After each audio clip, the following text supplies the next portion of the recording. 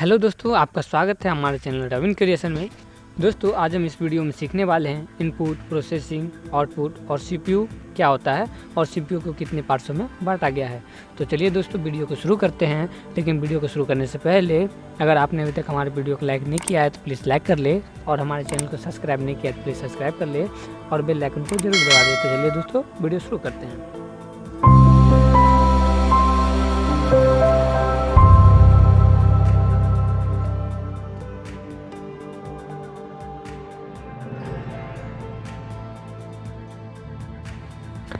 तो चलिए दोस्तों, आज सबसे पहले हम जानते हैं इनपुट क्या होता है। दोस्तों, इनपुट एक ऐसा माध्यम होता है जिसके द्वारा हम कंप्यूटर को ये बताते हैं या उसको ये समझाते हैं कि कंप्यूटर को बेसिकली करना क्या होता है। तो या तो दूसरे शब्दों में हम ये भी कह सकते हैं कि कंप्यूटर को जो भी सूचना या निर्देश दिया जाता है उसे इनपुट कहते हैं, और सूचना या निर्देश देने में जो भी उपकरण हमारी मदद करते हैं उन्हें इनपुट उपकरण कहते हैं। दोस्तों, ये तो हो गई हमारे इनपुट।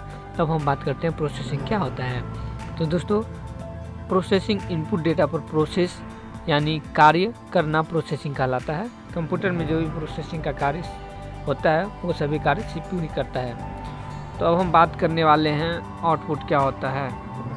तो दोस्तों, प्रोसेसिंग के बाद प्राप्त रिजल्ट यानी डाटा आउटपुट कहलाता है, और कंप्यूटर के रिजल्ट प्राप्त करने में जो भी उपकरण उनकी मदद करता है उसे आउटपुट उपकरण कहा जाता है। तो अगर अब भी आपको इनपुट, प्रोसेसिंग, आउटपुट अगर समझ में नहीं आया हो तो मैं आपको एक उदाहरण देता हूँ। जैसे कि मान लीजिए आपको चाय बनाना है। तो चाय बनाने के लिए सबसे पहले आप क्या करेंगे, जैसे चाय बनाने के लिए एक आपका केतली रहेगा।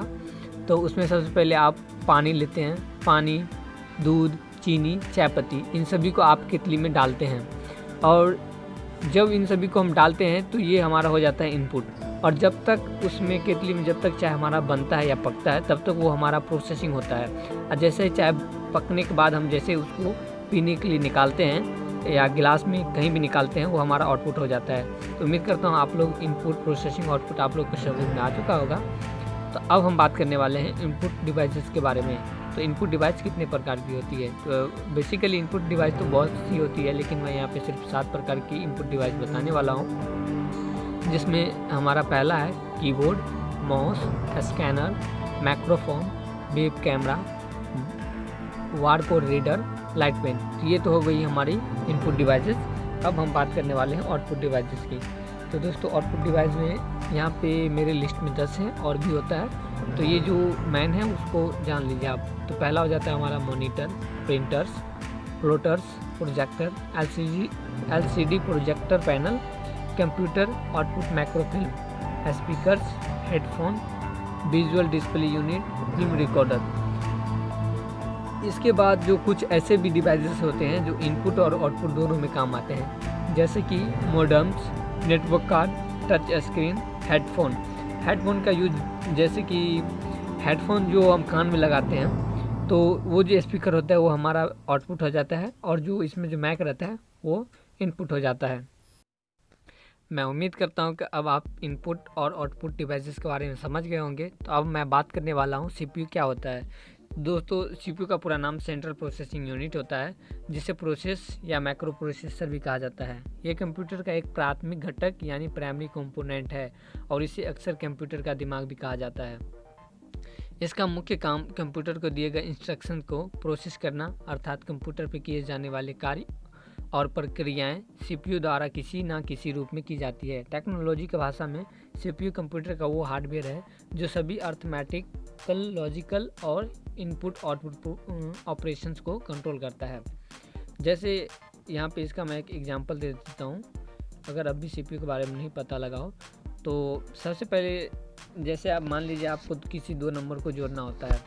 तो 2 नंबर को जोड़ने के लिए सबसे पहले आप कंप्यूटर में कैलकुलेटर का उपयोग करते हैं। तो इसके लिए आप सबसे पहले कीबोर्ड के माध्यम से उन नंबर को एंटर करते हैं। अब कीबोर्ड कंट्रोलर उस इंफॉर्मेशन या डेटा को बाइनरी कोड मतलब 0 से 1 में बदल देता है। वो इसीलिए क्योंकि कंप्यूटर जो है वो हमारे बाइनरी नंबर पर काम करता है। तो जब यह डेटा सीपीयू तक पहुंचता है तो इससे मौजूद ALU मतलब अर्थमेटिकल लॉजिकल यूनिट, जो सभी मैथमेटिकल और लॉजिकल ऑपरेशंस के लिए काम करता है, तो इस संख्याओं को जोड़कर रिजल्ट आपके कंप्यूटर स्क्रीन पर डिस्प्ले कर देता है। तो कुल मिलाकर प्रोसेसर और CPU सभी प्रोसेस को एग्जीक्यूट करने के लिए काम करता है। तो दोस्तों अब मैं यहाँ पे बात करने वाला हूँ CPU को कितने पार्ट्सों में बांटा गया है। तो दोस्तों CPU को बेसिकली 3 पार्ट्सों में ही बांटा गया है। जैसे पहला हो जाता है हमारा arithmetical logical unit, control unit और मेमोरी यूनिट।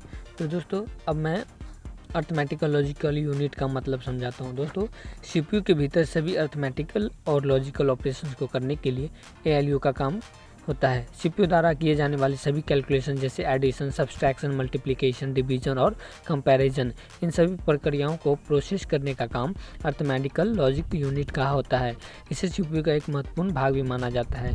ALU का कोर ऑफ द CPU भी कहा जाता है। एक कंप्यूटर कितनी तेज कितनी प्रक्रिया पूर्ण करेगा ये CPU कोर पर ही निर्भर करता है। तो दोस्तों ये तो हो गया हमारा अर्थमेटिकल लॉजिकल यूनिट। अब हम बात करते हैं कंट्रोल यूनिट क्या होता है।